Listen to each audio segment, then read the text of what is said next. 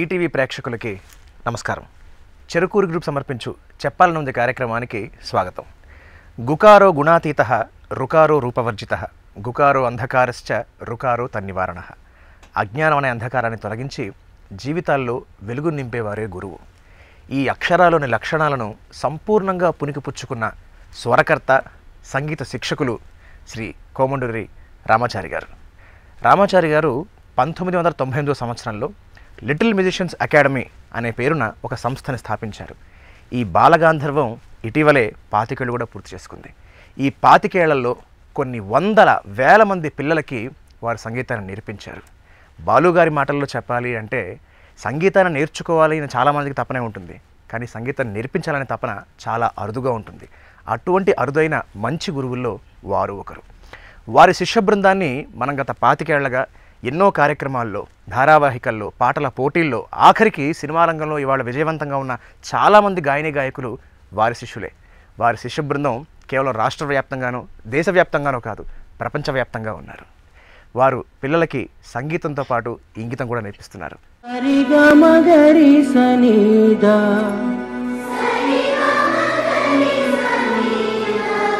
మదని సానిదామా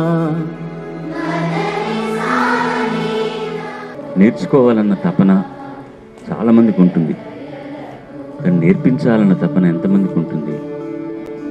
ఇట్లాంటి గురువు మీకు దొరకడం చాలా గొప్ప విషయం. నిజంగా రామాచారి గారు అంత సేవ చేస్తున్నారు, పిల్లలందరికీ బ్రహ్మాండంగా నేర్పుతున్నారు. ఇంతంత పిల్లల దగ్గర నుంచి అంతంత వాళ్ళు అయ్యి గొప్ప వాళ్ళు అయినారు. ఎంతో పిల్లలు ఆయన దగ్గర నేర్చుకున్న వాళ్ళు ఎంతో మంది, ఇంకా కూడా ఎంతో మంది వృద్ధికి వచ్చేవాళ్ళు ఉన్నారు. నేను ఇవాళ పాడిన పిల్లలందరికీ కూడా ఆశీర్వాదం చేస్తున్నాను.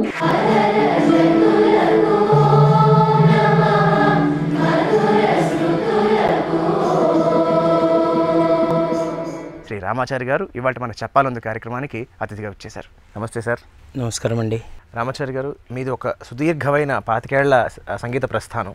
అయితే మనం ఆ సముద్రంలోకి వెళ్ళే ముందర ఒకసారి మీ రూట్స్ గురించి మాట్లాడుకుందాం, మీ ఫౌండేషన్ గురించి. సో మీ తల్లిదండ్రుల గురించి చెప్పండి, అలాగే మీరు పుట్టిన ప్రదేశం గురించి చెప్పండి మాకు. నేను పుట్టిన ఊరు మెదక్ జిల్లా శివంపేట మండల్, అక్కడ పుట్టాను. ఆ ఊరిలో పుట్టాను నేను. ఓకే. శివంపేట పెద్దగుట్ముకల అని అక్కడ మేము పెరిగాము. మా ఊరు పక్కనంతా నర్సాపూర్ అడవులు ఉంటాయి. ఇక్కడ మెదక్ జిల్లాలో నర్సాపూర్ అని ఒకటి ఉంది. మా నాన్నగారు కొమాండూరి కృష్ణమాచార్యులు గారు. ఆయన వేద పండితులు, గుడిలో అర్చకత్వం, అలాగే పౌరోహిత్యం చేసేవారు. అది కాకుండా కూర్చొని హార్మోనియం వాయిస్తూ శ్రీమద్ రామాయణము, మహాభారతము, భాగవతము ఈ 3 కావ్యాలు, తందనాన రామాయణము, భారతము, భాగవతం అని ఉండేది. అది మౌళిత్రయం అని సిద్దిపేట ఆ ప్రాంతం వాళ్ళు రాసిన, అది చాలా సరళమైన లాంగ్వేజ్ ఉంటుంది. దాన్ని ఆయన హరికథ గానంగా కూర్చొని హార్మోనియం వాయిస్తూ చెప్పేవారు. అది మా నాన్నగారు. అలాగే మా అమ్మగారు గృహిణి, యశోదమ్మ గారు. ఆవిడ చక్కగా పాటలు పాడతారు, మంగళహారతులు అవన్నీ కూడా పాడేవారు. అలా తర్వాత పల్లెటూరు మాది. పల్లెటూరులో జరిగే ఆ జానపద కళలు, ఒగ్గు కథలు, వీధి నాటకాలు, కోలాటాలు, భజనలు గుడిలో, ఇలా నేను ఆ పల్లె వాతావరణంలో జానపద సంగీతంలో, ఇటు గుడిలో జరిగే అర్చకత్వాలు, హరికథలు ఇలాంటి వాటిల్లో, తర్వాత వనంలో, అడవిలో, ప్రకృతిలో నేను చిన్నప్పుడు పెరిగాను. వండర్ఫుల్. సో సంగీతం మీకు మీ కుటుంబంలో దాని ఏమంటారు ఒక రక్తంలో భాగంగానే వచ్చింది. శాస్త్రీయ సంగీతం అనేది లేదు మా దగ్గర. మా నాన్నగారు చాలా మంచి వాయిస్, మా నాన్నగారిది. మా నాన్నగారు వాయిస్లో నాకు ఒక 40% వచ్చింది. అంతే. ఇప్పుడు మా అబ్బాయికి కొంచెం అంత గంభీరమైన వాయిస్ వచ్చింది. మా ఫాదర్ లాగా సాకేత్. మీరు నాన్నగారి దగ్గర ఎన్నేళ్ళు లాగా అభ్యాసం చేశారు సంగీతం? నాన్నగారు నాకు సంగీతం నేర్పించలే. అసలు నేను 10వ క్లాస్ 10th క్లాస్ దాకా నాకు ఏ ఫార్మల్ ఎడ్యుకేషన్ లేదు సంగీతంలో. అంతే. నా సంగీతం వల్ల పల్లె పదాలు, జానపద గీతాలు, ఒగ్గు కథలు, కోలాటాలు, అక్కడ ఊర్లో జరిగే వీధి నాటకాలు, అవే నా ఇన్స్పిరేషన్. ఇవాళ మీరు దాదాపు ఒక 4000 మందికి పిల్లలు స్టూడెంట్స్ తయారు చేసిన ఇప్పటిదాకా? మొత్తం వరల్డ్ అంతా కలిసి ఇంకా ఎక్కువే ఉంటారు. నేను కౌంట్ పెట్టుకోలేదండి. సరే, ఒక 5000 అనుకుందాం. ఈ 5000 మందికి గురువుగా ఉన్న మీకు తొలి గురువులు ఎవరు? ఎవరికైనా ఈ ప్రపంచంలో తొలి గురువులు తల్లిదండ్రులేండి. అద్భుతంగా. ఇంకా అందులో సందేహం లేదు. తొలి గురువులు, పర్మనెంట్ గురువులు వాళ్ళే. తల్లిదండ్రులు వాళ్ళు ఈ భూమి మీద ఉన్నంతకాలం కొన్న ఊపిరి వరకు మన గురువులే వాళ్ళు. ఎప్పుడు మనని సవరిస్తుంటారు, చెప్తుంటారు. దాని తర్వాత తల్లిదండ్రులు మనకి గురువుల్ని చూపిస్తారు, తీసుకెళ్తారు. అలా నేను ముందు జనరల్ ఎడ్యుకేషన్ మా ఊర్లో మండల్ ప్రజా పరిషత్ స్కూల్లో చదువుకున్నాను. తర్వాత Gomaram high school, Shivampet high స్కూల్లో, మేడ్చల్ జూనియర్ కాలేజ్, తర్వాత ఉస్మానియా యూనివర్సిటీలో నేను చదువుకున్నాను. ఓకే. దాని తర్వాత 10th క్లాస్ తర్వాత నేను ఫస్ట్ మేడ్చల్లో చదువుకుంటూ నేను హైదరాబాద్ వచ్చి మ్యూజిక్ నేర్చుకునేవాడిని. ముందు నేను మ్యూజిక్ కాలేజ్ స్టూడెంట్ అండి, సికింద్రాబాద్ భక్త రామదాస్ మ్యూజిక్ కాలేజ్. అక్కడ కిట్టప్ప గురువు గారు, మాస్టర్ గారు కిట్టప్ప గారు, వారి దగ్గర నేను నేర్చుకున్నాను. దాని తర్వాత మళ్ళీ నాకు బ్రేక్ వచ్చింది. రేడియోలో పాడేవాడిని, ఆకాశవాణిలో బాల వినోదం అనే కార్యక్రమంలో పాడుతున్నప్పుడు జానకిరాణి అక్కయ్య గారు నన్ను బాగా ప్రోత్సహించారు. వారు ఆ కార్యక్రమాల్లో నన్ను పాడించేవారు. పాల్గొమి మాస్టారు, చిత్రంజన్ మాస్టర్ గారు వారు స్వరపరిచిన పాటలన్నీ బాల వినోదం కోసం కొన్ని మ్యూజికల్ ఫీచర్స్, సంగీత రూపకాలు చేసేవారు, అందులో నన్ను పాడించేవారు. దాని తర్వాత శ్రీనివాసన్ గారు, గురువు గారు ఎన్ఎస్ శ్రీనివాసన్ గారు, వారికి పరిచయం చేయడం జరిగింది. వారు నా గొంతు విని నన్ను బాగా పాడుతున్నవరా అని ఆయన శిష్యురాలైన ఓరుగంటి లీలావతి గారితో నాకు సంగీతం చెప్పించారు. ఆవిడే నాకు వర్ణాలు, కృతుల దాకా ఆవిడ నేర్పించారు. తర్వాత నేను పాడడము బాల వినోదంలో పాడడం చూసి సాయిబాబా గారు, పివి సాయిబాబా గారు, ప్రముఖ లలిత సంగీత విద్వాంసులైన సంగీత దర్శకులు, ఆయన నన్ను పిలిచి నీ గొంతు బాగుంది, నా దగ్గరికి రా అని ఆయన లలిత సంగీతం నేర్పిస్తూ ఆయన ప్రోగ్రామ్స్లో నన్ను పాడిస్తూ ఇలా. ఓకే. సో ఒకరి దగ్గర శాస్త్రీయ సంగీతం, ఇంకొకరి దగ్గర లలిత సంగీతం. అలాగే రేడియోలో కూడా చాలా కార్యక్రమాల్లో నేను పాడుతుండేవాడిని. అప్పుడు అటు పాల్గొమి గారు కానీ, చిత్రంజన్ మాస్టర్ గారు కానీ, ఇంకా చాలామంది మ్యూజిక్ డైరెక్టర్స్ అక్కడ వచ్చేవాళ్ళు. వాళ్ళు కూడా మాకు చాలా నేర్పించేవారు.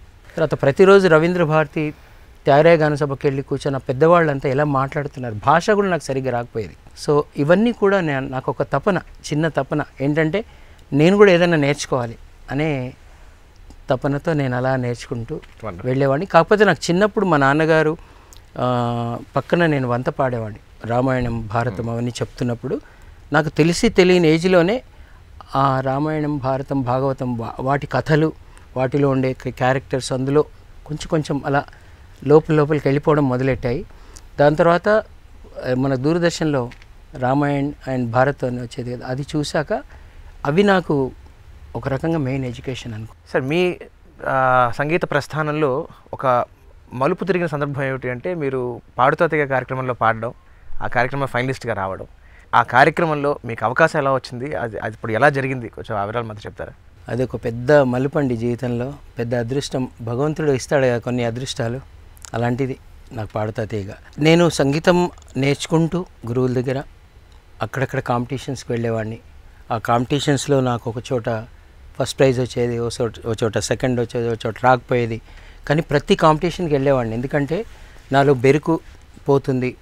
తర్వాత ఇంకా 10 మంది పాడేది వింటాము, ఆ కాంపిటీషన్ కోసం 4 పాటలు నేర్చుకుంటాము, అలా నన్ను నేను మెజర్ చేసుకుంటాను. ఇలా నేను చాలా కాంపిటీషన్స్కి వెళ్తూ ఉండేవాడిని. దాని తర్వాత ఆకాశవాణి, దూరదర్శన్లో చాలా పాటలు పాడిన తర్వాత నాకు ఇంకా అప్పుడు కాంపిటీషన్స్కి వెళ్ళడం మానేశాను. ఎందుకంటారు? పేరు వచ్చింది కదా, మళ్ళీ ఓడిపోతే అది కొంచెం ఇన్సెక్యూరిటీ ఉంటుంది.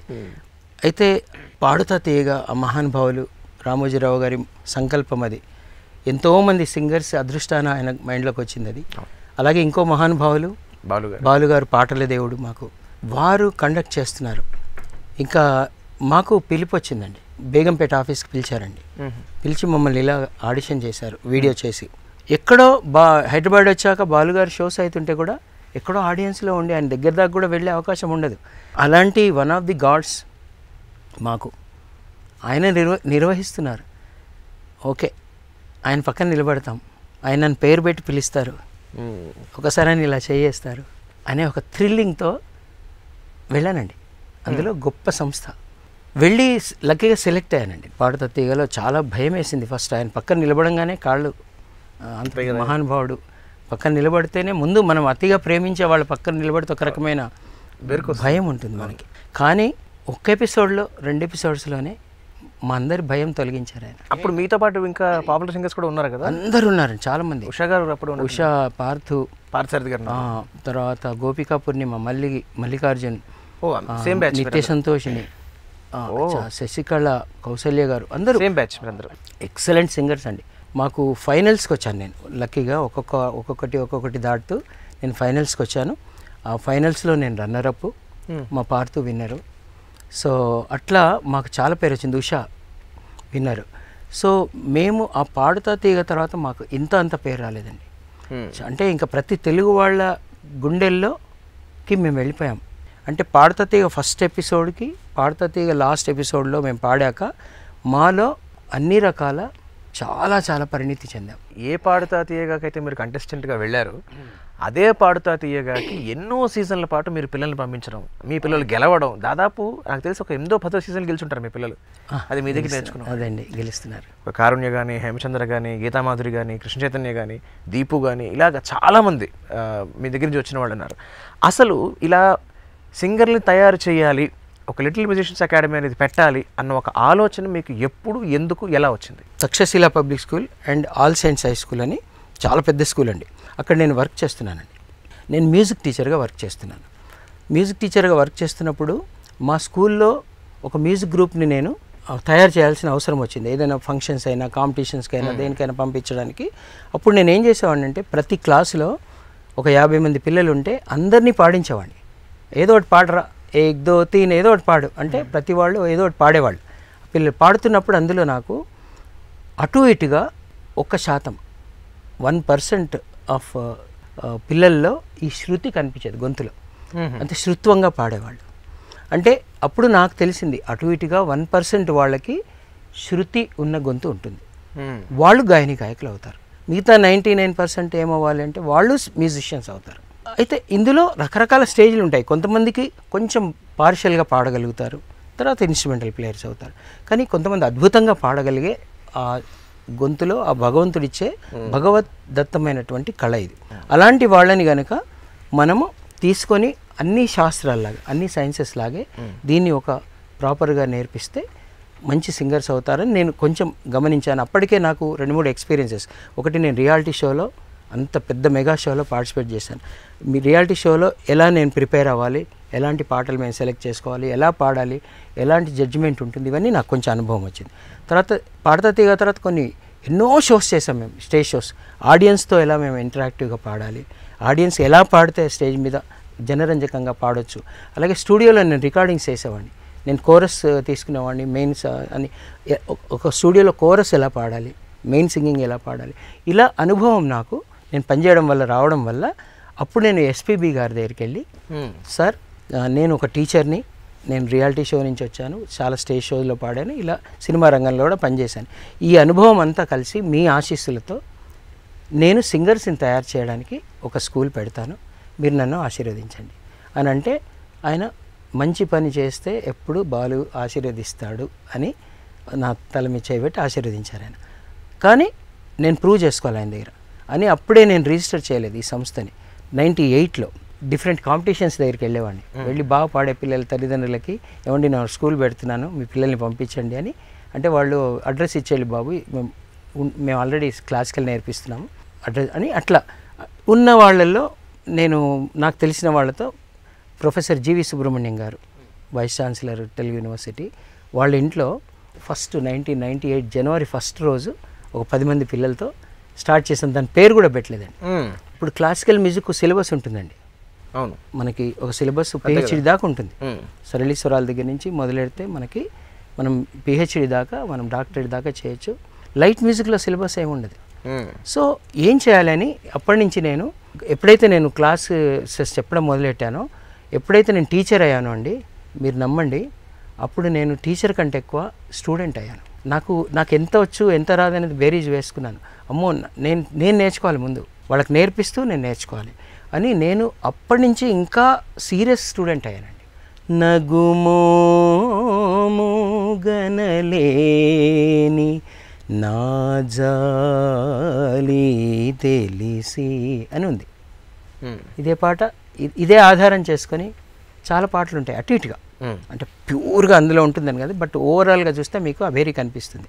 సో రావోయి చందమామ, అలాగే తెలుసా మనసా ఇది ఏనాటి అనుబంధము.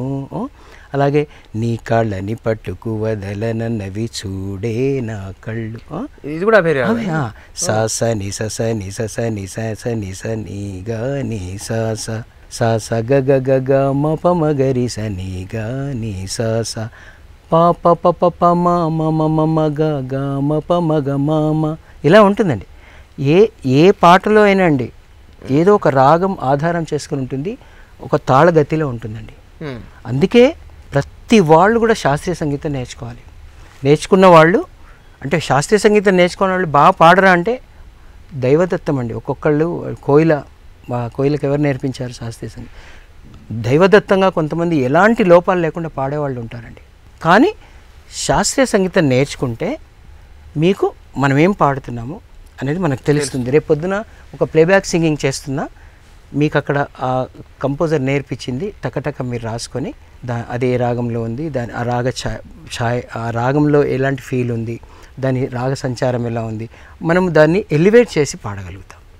ఇంకోటి తొందరగా అర్థం చేసుకొని పాడగలం. ఇలా రాగం తాళాలు చెప్పి నేను నోటేషన్ చెప్తూ నేర్పిస్తానండి. నా పేరు దుర్గా సింధూరా. నేను little musicians academy Shri Ramachari sir దగ్గర ఇంచుమించు ఇప్పటికీ ఒక 21 years పైన అసోసియేషన్ అండి. నాకు 2003లో నేను సార్ దగ్గర జాయిన్ అయ్యాను. I'm so happy that I'm still continuing sir దగ్గరికి. అంటే ఇప్పుడు మా పాపని తీసుకొస్తున్నాను నేను little musicians academy only because ఏంటంటే లిటిల్ మ్యూజిషియన్స్ అకాడమీకి కానీ సార్ దగ్గరికి కానీ తీసుకుని వస్తే పిల్లల్లో ఒక తెలియని ఒక డిసిప్లిన్ ఏర్పడుతుంది. And at the same time మంచి క్రమశిక్షణ, మంచితనము, అసలు సాంగ్స్ అనే కాకుండా స్టూడెంట్ ఎలా ఉండాలి, ఒక కిడ్ ఎలా ఉండాలి, ఒక మంచితనం అలవర్చుకుంటారు అని చెప్పి అనే ఉద్దేశంతో చాలా హ్యాపీగా తీసుకొస్తున్నాను మా పాపను కూడా ఇక్కడికి. అందరికీ నమస్కారం. నా పేరు సాహితి అడప్ప. నేను స్టార్మా సూపర్ సింగర్స్లో ఫైనలిస్ట్ అండి. నేను సార్ దగ్గర గత 10 సంవత్సరాలుగా నేర్చుకుంటున్నాను లిటిల్ మ్యూజిషియన్స్ అకాడమీలో. అండ్ సార్ నేర్పించే ప్రతి విషయం మాకు రికార్డింగ్లో అవనివ్వండి, స్టేజ్ షోస్లో అవనివ్వండి, రియాలిటీ షోస్లో అవనివ్వండి చాలా చాలా ఉపయోగపడుతుంది. బిహేవియర్తో సహా అన్నీ నేర్పిస్తారు ఇక్కడ. And I'm really grateful to be sir student. అందరికీ నమస్కారం. నా పేరు టీ రుద్రాక్ష. నేను హైదరాబాద్ నుండి వస్తున్నాను. నన్ను మీరంతా పాడతా తీగలో చూస్తుంటారు. నేను రామాచారి గారి దగ్గర గత 10 ఏళ్ళుగా నేర్చుకుంటున్నాను. నాకు అంటే ఇప్పుడు బయటకు వచ్చి పాడడానికి కలిగిన ధైర్యం ఇవన్నీ నాకు ఇచ్చింది అలా సరే. చిన్నప్పటి నుండి సార్ దగ్గర ఎంతో నేర్చుకున్నాను. మనిషిగా చాలా ఎవాల్వ్ అయ్యాను అండ్ సింగర్గా కూడా చాలా నేర్చుకున్నాను. ఎప్పటికీ కృతజ్ఞుడిగా ఉంటుంది సార్. ఇప్పుడు మీరు ఇంతమందిని సినిమాలకి సింగర్స్గా తయారు చేశారు, కానీ మీరు స్వతహాగా ఎప్పుడు సినిమా పాటల్లో పాడాలని చెప్పి కానీ నేను ఒక పెద్ద సింగర్ అవ్వాలని కానీ ఎప్పుడు ప్రయత్నం చేయలేదా? లేకపోతే ప్రయత్నం జరిగినా మీకు మంచి రెస్పాన్స్ రాలేదా? పాడుతా తీగ తర్వాత నిజంగా కూడా ఇక్కడ మేము చెన్నై వెళ్తే, నేను చెన్నై కనుక వెళ్ళి ఉంటే ఎక్కడో ఒక కంపోజర్ దగ్గర ఒక అసిస్టెంట్గా పనిచేస్తూ ఉండేవాడిని. 4 పాటలు పాడేవాడినేమో లేకపోతే కంపోజర్ అయ్యేవాడినేమో నాకు తెలియదండి, అది భగవంతుడికి తెలుసు. నాకు అప్పటికే పెళ్ళి అయిందండి. నాకు సంసార భారం నా మీద కంప్లీట్గా పడింది. ఇంకా మా తమ్ముడు చెల్లెలు అందరూ చదువుకుంటున్నారు. సో కొంచెం మా ఫాదరు సిక్ అయ్యారు. ఇలాంటివన్నీ కొంచెం నేను ఇక్కడ వదిలి నేను చెన్నైలో ఇక్కడ పూర్తి స్థాయిలో ఇక్కడ ఇంకా రికార్డింగ్స్ అవ్వడం ప్రారంభం లేదు. నేను చెన్నైకి వెళ్ళి ఉంటే ఏదైనా జరిగేదేమో అండి. కాబట్టి అప్పటికి నేను చాలా బిజీ సింగర్ అయ్యాను. అంటే స్టేజ్ షోస్లో, తర్వాత ఇక్కడ ప్రైవేట్ రికార్డింగ్స్, డివోషనల్ రికార్డింగ్స్ అయ్యేవి. అక్కడ నేను సింగర్ అయ్యాను, కంపోజర్ కూడా అయ్యాను, చాలా చేశాను. యాక్టివిటీలో ఉన్నా నేను. సింగింగ్ యాక్టివిటీ అనేది నాకు ఎప్పుడు కట్ అవ్వలేదు. కాకపోతే ఆ టైంలో నేను వెళ్ళలేకపోయాను. ఇక్కడున్నంత వరకు నన్ను ఫస్ట్ పాడించింది మాధవపెద్ది సురేష్ గారు. సినిమాలోనా? మన జూనియర్ ఎన్టీఆర్ గారు నటించిన బాలరామాయణంలో ఫస్ట్ ప్లేబ్యాక్ సింగింగ్ చేశాను నేను. ఏ పాట? ఆయనకి రావణాసురుడి పాత్రకు పాడాను. తర్వాత నన్ను కోటి గారు శ్వేతనాగు అనే సినిమాలో పాడించారు. అందాలకే అలా లలా అందానివే లనా నానా ఒకటే డ్యూయట్ ఒకటే ఉంటుంది అందులో. ఇంకా వేరే పాటలు కూడా ఉంటాయి, కానీ ఇది అబ్బాస్ గారు హీరోకి అది నేను పాడానండి. సో అది కోటి గారు పాడించారు. తర్వాత సంబరం అనే సినిమాలో ఆర్పి గారు ఒకటి పాడించారు. ఇంకా కొన్ని పాటలు నేను పాడానండి సినిమాల్లో, కానీ అవి బయటకు రాలేదు. సో తర్వాత ఇంకా సినిమాలకి నేను కండక్టింగ్ చేసేవాడిని, అసిస్టెంట్గా చేసేవాడిని, కొన్ని ఆలాప్స్ పాడేవాడిని సినిమాలకి, బ్యాక్గ్రౌండ్ స్కోర్లో కోరస్లో పాడేవాడిని. ఇలా నేను సినిమా రంగంలో చాలా ఏళ్ళు పనిచేశానండి ఇక్కడ జరిగే రికార్డింగ్స్ అన్నిటికీ.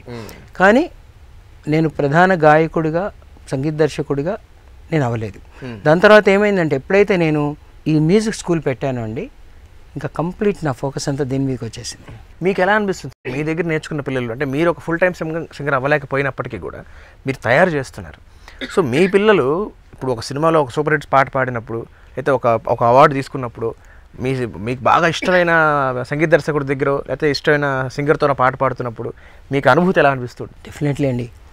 ఒక తోటమాలి విత్తనాలు వేసి మొక్కను పెంచి జాగ్రత్త పరిచి అది పెద్దయి ఆ పువ్వులు పళ్ళు ప్రపంచానికంతా వెళ్ళిపోతున్నాయి, దేవుడి పాదాల దగ్గరికి వెళ్ళిపోతున్నాయి అంటే ఎలా ఉంటుంది ఆ చెట్టు, ఆ తోటమాలికి ఎలా ఉంటుంది? గర్వంగా ఉంటుంది, చాలా గర్వంగా ఉంటుందండి. నేను ప్లేబ్యాక్ సింగర్స్ అవ్వలేదని నేను అనుకోవట్లేదండి. నా శిష్యులందరూ ప్లేబ్యాక్ సింగర్స్ అయ్యారు, మ్యూజిక్ డైరెక్టర్స్ అయ్యారు, మ్యూజిక్ టీచర్స్ అయ్యారు. అదంతా నేనే అని భావిస్తాను. నా పిల్లలు కదా, నా స్టూడెంట్స్. అలాగే నేను ఒక్కడనే రీజన్ కాదండి వాళ్ళంత పైకి రావడానికి. మళ్ళీ చెప్తున్నాను, ఫస్ట్ క్లాసికల్ మ్యూజిక్ టీచర్స్ వాళ్ళు బేసిక్స్ నేర్పించిన వాళ్ళు, ఆ రాగాలు తాళాలు, ఆ క్లాసికల్ మ్యూజిక్ టీచర్స్. తర్వాత తల్లిదండ్రులు అండి, వాళ్ళ తల్లిదండ్రుల కష్టం ఇది. ఎంత టైం మేనేజ్మెంట్ చేయిస్తారు పిల్లలకంటే, ఎక్కడంటే అక్కడ ఇటు క్లాసికల్ మ్యూజిక్ తీసుకెళ్తారు, ఇటు నా దగ్గర తీసుకొస్తారు, అటు చదువు, అటు ట్యూషన్స్. ఈ తల్లిదండ్రుల పాత్ర చాలా ఎక్కువ ఉంటుందండి. సో ఈరోజు పిల్లలు అంత పెద్ద సెలబ్రిటీస్ అయ్యారంటే అఫ్కోర్స్ పిల్లల కృషి. వాళ్ళు చాలా ఎక్స్ట్రా వర్క్ చేస్తారు, అటు చదువుకోవాలి, అటు హోంవర్క్ ఉంటుంది వాళ్ళకి, ఇటు క్లాసికల్ మ్యూజిక్ ప్రాక్టీస్ చేయాలి, ఇప్పుడు నా దగ్గరికి వచ్చిన లైట్ మ్యూజిక్ ప్రాక్టీస్ చేయాలి, పాటలు నేర్చుకోవాలి. ఇదంతా పిల్లల కృషి చాలా ఉందండి. వీళ్ళు ఇంత పైకి వచ్చారంటే మనం ఫస్ట్ క్రెడిట్ ఇవ్వాల్సింది ఈ సెలబ్రిటీస్ తల్లిదండ్రులకండి. అలాగే రెండో ప్లేస్లో మేము వస్తామండి, అటు క్లాసికల్ గురువులు కావచ్చు, నేను ఎల్ఎంఏ కావచ్చు, మాకు రెండో ప్లేస్ ఇవ్వాలి మీరు.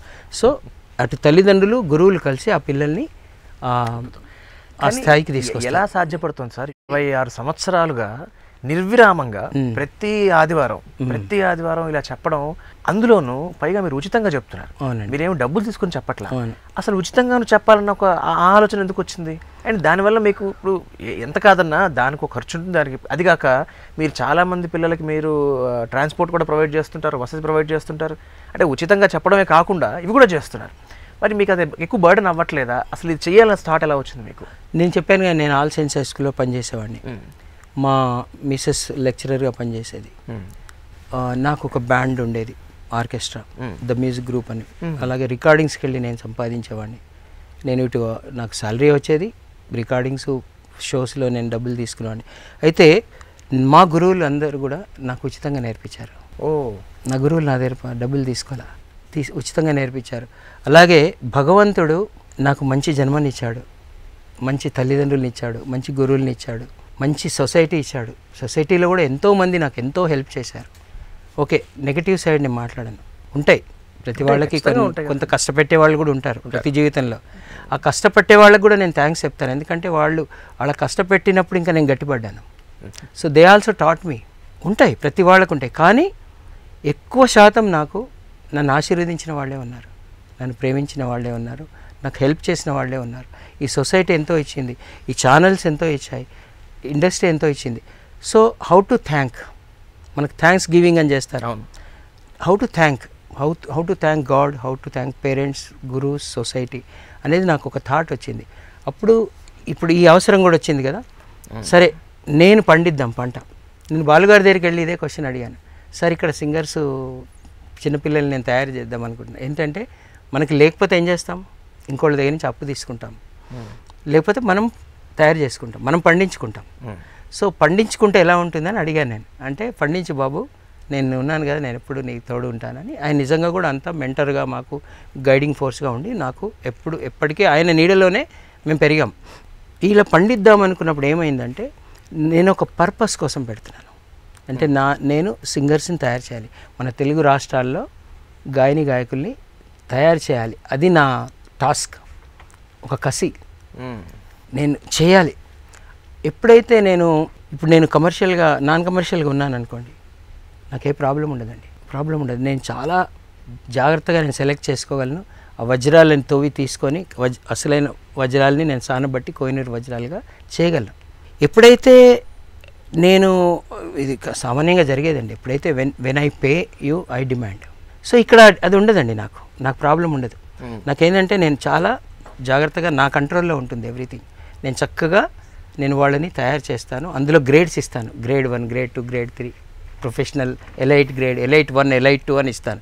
ఈ ఎలైట్ 2 వచ్చిన వాళ్ళు ప్రొఫెషనల్ సింగర్స్ అవుతారనమాట.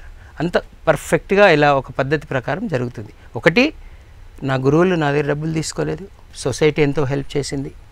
ఇంకా ఇప్పుడు ఇక్కడున్న క్లాసికల్ గురువులు ఇప్పుడు కూడా అండి, నేను చాలామంది క్లాసికల్ గురువుల దగ్గరికి వెళ్ళినప్పుడు నేను రిక్వెస్ట్ చేస్తాను, సార్ నాకు ఈ ముల్తానీ రాగం లేకపోతే ఈ రాగం అంటే కొంచెం నాకు అండర్స్టాండింగ్ లేదండి, కొంచెం నాకు వివరిస్తారా అంటే వాళ్ళు ఎంతో దయతో నాకు చెప్తారు.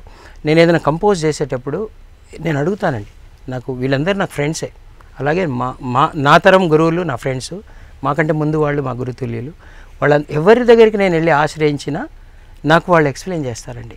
ఇలా ఉంటుంది ఈ రాగం, ఇలా చేసుకో బాబు, ఇలా చేయొద్దు, ఇలా. నేను అలా నేర్చుకుంటూనే ఉంటాను. కాబట్టి హౌ టు థ్యాంక్, ఒక సండే నాడు చాలామంది అన్నదానం చేస్తారు, వస్త్రదానం చేస్తారు. నేను అనుకున్నాను నేను గురువుల దగ్గర నేర్చుకుంటూ ఈ విద్యని నేను తరాల వాళ్ళకి నేను అందించాలి.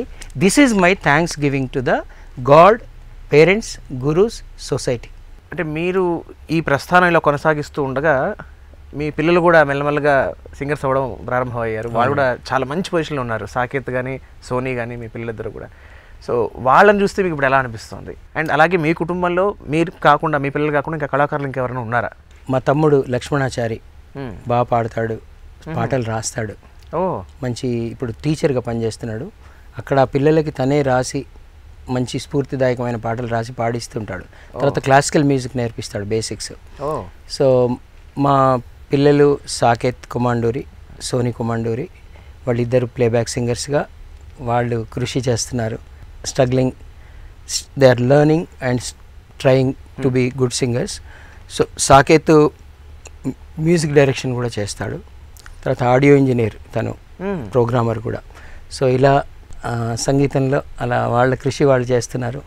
సో వాళ్ళని కూడా చాలామంది మ్యూజిక్ డైరెక్టర్స్ ఆశీర్వదిస్తున్నారు, అన్ని ఛానల్స్లో కూడా పాడుతున్నారు. కీరవాణి గారి టీంలో ఎక్కువ ఉన్నట్టున్నారు కదా? కీరవాణి గారి గురించి నేను స్పెషల్గా చెప్పాలి. ఫస్ట్ ఎల్ఎంఏ పెట్టాక నన్ను ఎంకరేజ్ చేసిన వాళ్ళల్లో రాఘవేంద్రరావు గారు ఇంకొకరు, అలాగే గవర్నమెంట్లో ఉండే కల్చరల్ డిపార్ట్మెంట్. సో ఉమ్మడి రాష్ట్రం ఉన్నప్పుడు, అలాగే ఇప్పుడు గవర్నమెంట్ ఆఫ్ తెలంగాణ వచ్చాక డిపార్ట్మెంట్ ఆఫ్ కల్చర్ కూడా నన్ను చాలా ఎంకరేజ్ చేసింది. రాఘవేంద్రరావు గారి దగ్గర నేను కొన్ని మ్యూజిక్ డైరెక్షన్స్ చేసేవాడిని, కొన్ని నాన్ మూవీ సాంగ్స్. అట్లా ఒకసారి రాఘవేంద్రరావు గారు మమ్మల్ని ఒక కోరస్ పాడించడానికి పిలిచారు ప్రసాద్ స్టూడియోకి. అప్పుడు దానికి మ్యూజిక్ కీరవాణి గారు. కీరవాణి గారి దగ్గర నేను నా స్టూడెంట్స్ అందరిని తీసుకుని వెళ్ళి పాడించాను. దాని తర్వాత ఇంకా గంగోత్రి, అలాగే శ్రీరామదాసు, తర్వాత ఇంకా అక్కడి నుంచి ఇంకా కీరవాణి గారు ఈ పిల్లలందరినీ ఆదరించి వాళ్ళల్లో మళ్ళీ ఇండివిజువల్గా చెక్ చేసి వాయిసెస్ని వాళ్ళని ఇంకా రెగ్యులర్గా కోరస్లు పాడించడము, ఆ కోరస్సుల్లోంచే డిజర్వింగ్ వాళ్ళని మెయిన్ పాడించడం. అప్పటి నుంచి మాకు ప్రస్థానం స్టార్ట్ అయింది. ఆయన ఎంతోమంది పిల్లల్ని, ఎంతోమంది ఇప్పటికి కూడా ఆయన ప్రతి సినిమాలో ఎప్పుడు రైట్ ఫ్రమ్ గంగోత్రి అండి ఇప్పటి వరకు ఆయన పాడించే సింగర్స్లో ఎక్కువ శాతం మంది పిల్లలు నా స్టూడెంట్స్ ఉండడం నా అదృష్టం. ఆయనది ఎలా ఉంటుందంటే సార్, ఎవరు డిజర్వింగ్గా ఉంటే వాళ్ళకి వర్క్ ఇస్తారు అంతే. ఆయనకి రెండే కావాలి, బాగా పాడడం, మంచి బిహేవియర్. తర్వాత ఇటు మణి గారు, కోటి గారు, తమ్మన్ గారు, ఆర్పి గారు, అనూప్ రూబెన్స్, మిక్కీ గారు, ఇలా ఒక్కళ్ళేంటండి ప్రతి మ్యూజిక్ డైరెక్టరు మా పిల్లలకి పాడిస్తున్నారు, ఛాన్స్ ఇస్తున్నారు. ఇప్పుడు వచ్చే కొత్త వివేక్ సాగర్ దగ్గర దాకా అందరూ పాడిస్తున్నారండి. రాఘవేంద్ర గారితో కలిసి మీరు వందనం అని చెప్పి ఒక గీతం చేశారు. అవునండి. సో ఆ గీతం యొక్క ప్రత్యేకత ఏమిటి, ఆ సందర్భం ఏమిటి? మన హైదరాబాద్లో ఆఫ్రో ఏషియన్ గేమ్స్ జరిగాయండి. ఓకే. దాని అప్పుడు చంద్రబాబు గారు సీఎం గారు, వాజ్పేయి గారు ప్రైమ్ మినిస్టర్ గారు. అందులో క్లోజింగ్ సెరమనీకి ఒక కల్చరల్ ప్రోగ్రామ్ చేశామండి. అందులో హైదరాబాద్ వాళ్ళకి ఒక స్లాట్ ఇచ్చారు. ఓకే. అది రాఘవేంద్రరావు గారు ఇన్ఛార్జ్. అప్పుడు ఈ పాటని ఒక 100 మంది పిల్లలతో సంస్కృతంతో మొదలెట్టి తెలుగు, హిందీ, ఇంగ్లీష్ అన్ని భాషల్లోకి మేము, ఎందుకంటే అక్కడ ఆ రోజు మొత్తం స్పోర్ట్స్ పర్సనాలిటీస్ అంతా ఉన్నారు, మొత్తం ఇండియా అంతా వచ్చారనమాట. హీరోస్, హీరోయిన్స్, డైరెక్టర్స్, ప్రొడ్యూసర్స్, తర్వాత అన్ని వాక్స్ ఆఫ్ లైఫ్లో నిష్ణాతులు అందులో ఉన్నారు. అప్పుడు ప్రైమ్ మినిస్టర్ గారు, సీఎం గారు, ఇంకా మిగతా పెద్దలు మంత్రులు అక్కడ మధ్యలో స్టేజ్ వేశారండి. అందులో మేము నిలబడి 100 మంది పిల్లలు పాడించాను. అప్పుడు అమితాబ్ బచ్చన్ గారు యాంకరింగ్ అండి. సో అప్పుడు దాంతో అది చాలా మంచి పేరు వచ్చింది. అది నేను కంపోజ్ చేశాను. అది ఓలేటి పార్వతీశం గారు తెలుగు వెర్షన్ రాస్తే, నేను మిసెస్ నరేష్, మిసెస్ జుక్తా అని మేము హిందీ వెర్షన్ రాసుకున్నాం. మేమే కూర్చొని రాసుకొని అది దాన్ని కంపోజ్ చేసి 100 మంది పిల్లలతో పాడించాను. అప్పుడు ఆ చిన్న పిల్లలంతా ఇప్పుడు ప్లేబ్యాక్ సింగర్స్ అండి. మీరు అన్నమయ్య పాటకు పట్టాభిషేకం అనే కార్యక్రమంలో చాలా కీలకమైన పాత్ర పోషించారు. సో అందులో భాగంగా అన్నమయ్య రాసిన ఈ జానపదాలు అంటే కొత్త కొత్త పదాలు చాలా వెలికి తీయడంలో మీరు చేసిన కృషి ఎలాంటిది ఆ కార్యక్రమానికి సంబంధించి? నేను కాదండి, ఇది టీటీడీ బోర్డు వాళ్ళు చేసిన కృషి. ఇది ఎస్విఆర్పి అని ఒక విభాగాన్ని పెట్టారు వాళ్ళు. అంటే ఇప్పుడు మనకి 32,000 కీర్తనలు కదండి. అవును. అందులో 14,000 మనకి లభించాయని పెద్దవాళ్ళు చెప్తుంటారు. అందులో అన్నమయ్య వారి కుమారుడు మనవడు రాసిన కొన్ని కీర్తనలు ఉంటాయి. అలా 12 నుంచి 14,000 కీర్తనలు మనకి బుక్స్ ప్రింట్ చేశారండి. అందులో మహానుభావులు చాలా పాటల్ని అద్భుతంగా కంపోజ్ చేశారు. అవి మనకి ఒక 2,000 కంటే కొంచెం తక్కువే. అయితే ఇంకా మిగతా చాలా పాటలు ఉన్నాయి కంపోజ్ చేయకుండా. దానికి ఒక డిపార్ట్మెంట్ పెట్టారండి, ఎస్విఆర్పి, శ్రీ వెంకటేశ్వర రికార్డింగ్ ప్రాజెక్ట్ అని పెట్టి టీటీడీ బోర్డు వాళ్ళు కొంతమంది మ్యూజిక్ డైరెక్టర్స్ని సెలెక్ట్ చేసుకున్నారండి. వాళ్ళు కొంచెం భాష, మన సాంప్రదాయము, తర్వాత సంగీతము తెలిసిన వాళ్ళని వాళ్ళు ఒక బోర్డు, ఒక కమిటీ వాళ్ళు కొంతమందిని సెలెక్ట్ చేసుకున్నారండి. అందులో నా అదృష్టం ఏంటంటే ఆ స్వామి దయ వల్ల నేను సెలెక్ట్ అయ్యాను. ఇప్పటి వరకు నేను 280 కొత్త సంకీర్తనలు కంపోజ్ చేశాను. అందులో కొంత డైరెక్ట్ ఎస్విఆర్పి కోసం, కొంత అన్నమయ్య పాటకు పట్టాభిషేకం. అన్నమయ్య పాటకు పట్టాభిషేకం కూడా రిలీజ్ చేసింది ఎస్విఆర్పి వాళ్ళే అండి, అదే డిపార్ట్మెంట్. అది వాళ్ళు ప్రసారం చేశారండి. లలిత సంగీతం, శాస్త్రీయ సంగీతం, జానపద గీతాలు, ఈ మూడిట్లో ముఖ్యమైన వ్యత్యాసాలు ఏమిటి? మీరు మళ్ళీ చెప్పండి. లలిత సంగీతం, శాస్త్రీయ సంగీతం, జానపద సంగీతం, ఏటి కామన్? సంగీతం కావాలి. ఆ నాదమే ముఖ్యం. ఆ నాదం భగవద్దత్తమైంది. అన్నిట్లో నాదం సునాదంగా ఏది పాడినా బాగుంటుంది. భేదం ఏంటంటే శాస్త్రీయ సంగీతం అనేది గ్రామర్ అండి, మనకి మెయిన్ అది. అలా గురు శిష్య పరంపరగా మనకు అందించిన నిధి అది. సో ఇక లలిత సంగీతం అంటే, లలిత అంటే ఏంటండి? సింపుల్గా ఉండేది. ఇప్పుడు గ్రాంధిక భాష ఉండేది మనకి. దాని నుంచి ఏం చేసాం మనం? వ్యవహారిక భాష చేసాం. మరి ఈ వ్యవహారిక భాష ఎక్కడి నుంచి వచ్చింది? గ్రాంధికల నుంచి వచ్చింది. అలాగే లలిత సంగీతమైన, భక్తి సంగీతమైన, లలితం అంటే దాన్ని కొంచెం సరళంగా చేసి పాడడమే. కానీ ఏ సంగీతంలో అయినా మళ్ళీ ఒక రాగం, ఒక తాళం ఉంటుందండి. మరి ఆ రాగం, తాళం తెలియాలంటే మనం ఏం నేర్చుకోవాలి? శాస్త్రీయమే నేర్చుకోవాలి. సో శాస్త్రీయ సంగీతం అనే మహాతల్లి సరస్వతి అమ్మవారి కటాక్షంతో వచ్చిన ఆ తల్లి బిడ్డలమే లలిత సంగీతం పాడేవాళ్ళు. అంతే, లలిత సంగీతం అక్కడి నుంచే వచ్చింది. జానపదం అంటే ఏంటంటే, ఇది నేను పల్లె నుంచి వచ్చానండి. నేను నేర్చుకున్న జానపద సంగీతమే. ఆ జానపద గీతాల్లో ఏంటంటే కల్పన ఉండదండి ఎక్కువ. వాళ్ళ జీవితం ఉంటుంది, వాళ్ళ ఫీలింగ్స్, నిజ జీవితం, వాళ్ళ కష్టాలు, సుఖాలు, వాళ్ళ పల్లె, మీరు చూడండి జానపద ఎడ్లువా, గొడ్లువా ఇట్లా ఉంటాయి. రోజు అనుభవిస్తున్నటువంటి యాక్టివిటీస్తో వాళ్ళే రాసుకొని, వాళ్ళే కంపోజ్ చేసుకొని, వాళ్ళే పాడతారు. ఆ పాటల ట్యూన్లో కూడా కరెక్ట్గా రాగం ఉంటుందండి. ఏ సంగీతమైనా గొప్ప సంగీతమే. మీ జీవితంలో ఖచ్చితంగా అంటే చెప్పుకోదగ్గ పేరు చాలా సందర్భాల్లో వచ్చింది, బట్ ఖచ్చితంగా ఆయన గురించి చాలా చెప్పుకోవాలి, ఆయన గురించి మాట్లాడాలి కాబట్టి బాలు గారితో మీకు చాలా సుదీర్ఘమైన అనుబంధం ఉంది. కానీ మరువలేని ఒక మూమెంట్ బాలు గారితో అంటే మీరు ఏమని చెప్తారు? అందరి బంధువయ్యా భద్రాచల రామయ్య అన్నట్టుగా నేను అనుకుంటాను, నాకు బాగా క్లోజ్ బాలు గారు. మీరు అనుకుంటారు నాకు బాగా క్లోజ్, ఆయన అనుకుంటారు బాగా క్లోజ్. అంటే ఆయన ఏంటంటే ఆయన తత్వమే అలాంటిది. ఆయన is a very big human being. Correct. ఎంత మంచి హ్యూమన్ బీయింగ్ అంటే, అందులో ఆయనకి ముఖ్యంగా ప్రత్యేకంగా కళాకారులు అంటే ఇష్టం. ప్రత్యేకంగా మేమంటే ఎందుకు అభిమానించామంటే, నాకు ప్రత్యేకత ఏంటంటే, ఒకటి ఫస్ట్ పాడతా తీయగండి. ఎన్ని పాడతా తీయగాలు వచ్చినా ఆ ఫస్ట్ పాడతా తీయగాలు ఆ బ్యాచ్ని బాగా గుర్తుపెట్టుకుంటారండి. మొన్న 25th యానివర్సరీ సెలబ్రేట్ చేశామండి మేము LMA. ఈటీవీలో పెద్ద కార్యక్రమం కూడా చేశాం.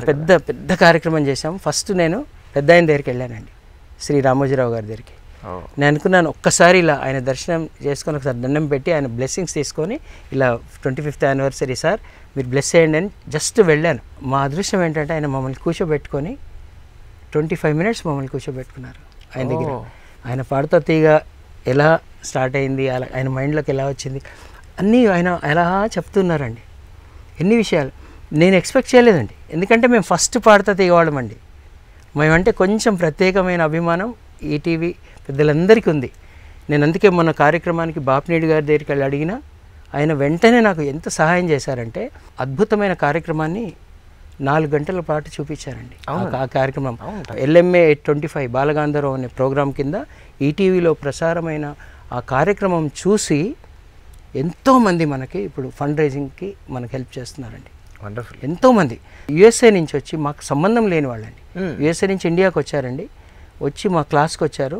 వచ్చి సార్ మొన్న ఈటీవీలో చూసాం మీ ప్రోగ్రాం, ఇంకో ఇదిగో మా వంతుగా మేము 2 లక్షలు ఇస్తున్నామని ఇచ్చారండి.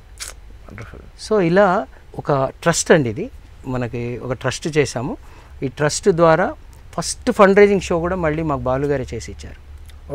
ఆయన కీరవాణి గారు, ఆర్పి పట్నాయక్ గారు, మిగతా సింగర్స్ అంతా ఇక్కడ ఉన్న మ్యూజిషియన్స్ అంతా మనకి ఒక ప్రోగ్రామ్ చేసి ఫస్ట్ ఫండ్ రైజింగ్ చేసి ఇచ్చారు. అది మేము బ్యాంకులో పెట్టి దాని ఇంట్రెస్ట్తో మేము ఈ కార్యక్రమాన్ని ఫస్ట్ డొనేషన్ బాలుగారే ఇచ్చారు. బాలుగారు రాఘవేంద్రరావు గారు ఇచ్చారు. సో ఇలా చాలామంది డొనేషన్స్ ఆయన 10 మందిని ప్రమోట్ చేశారు. సో ఇలా చెప్పుకుంటూ పోతుంటే ఆయనతో సంబంధం వాళ్ళ ఇంట్లో ఒక వ్యక్తిలాగా నేను అయిపోయాను. ఒక ప్రోగ్రాంలో కూడా ఆయన నా కొడుకు లాంటి వాడు రామాచారి అని చెప్పి అనడము, అలాగే చూసుకోవడం ఆయన. తర్వాత LMA పెట్టి నేను చేసే పనులు ఆయనకు నచ్చాయి. ఇప్పుడు మొన్న 25th యానివర్సరీకి ముందు, పాండమిక్ కంటే ముందు మన స్కూల్కి వచ్చారు ఆయన. మన స్కూల్కి వచ్చి కూర్చొని పిల్లలతో గడిపి మన 25th ఇయర్ చాలా గ్రాండ్గా చేద్దాం, ఆ లోపలే మనకు నేను వస్తాను ముఖ్యమంత్రి గారిని కలుస్తాను, కలిసి ఒక జాగా ఇప్పించుకుందాం, ఎలా అయినా నేను బతిమలాడతాను. తర్వాత 25th ఇయర్ మనం నేనే నా ఇంట్లో కార్యక్రమంలాగా అందరినీ బొట్టు పెట్టి పిలుస్తాను. పెద్ద పెద్ద హీరోల్ని, డైరెక్టర్ని, ప్రొడ్యూసర్స్ని, అందరిని మ్యూజిక్ డైరెక్టర్స్ని పిలిచి ఇది ఘనంగా నా ఆధ్వర్యంలో చేస్తాను. ఆ పాటికి మనకు ఒక సొంత భవనంలోకి వెళ్ళిపోదాము అని నాకు చెప్పడము, ఈ లోపల మహమ్మారి రావడము, మళ్ళీ ఆ భగవంతుడు ఆయనకి అవసరం ఉందేమో ఈయన పాటలు వినడం తెలియదు, అక్కడ తీసుకెళ్ళిపోవడం. మా పాఠశాలకి ఇంతవరకు సొంత భవనం లేదు, చోటు లేదు, ఏమీ లేదు. ఇంకా ఒక భవనం కావాలి. తనకి చాలా గొప్ప గొప్ప ఆశయాలు ఉన్నాయి. సంగీతం ద్వారా సమాజంలో ఎంతో మార్పు తీసుకురావచ్చని తన అనుక్షణం కలలు కంటుంటాడు. లేకపోతే ఈ చిన్న వయసులో అతను సినిమాల కోసం అని చెప్పి వెళ్ళి ఎన్నో అవకాశాలు సంపాదించుకోవచ్చును కదా. సంగీతమైన అమృతాన్ని భోంచేసేవాడికి వేరే ఏం ఉండాల్సిన అవసరం లేదు.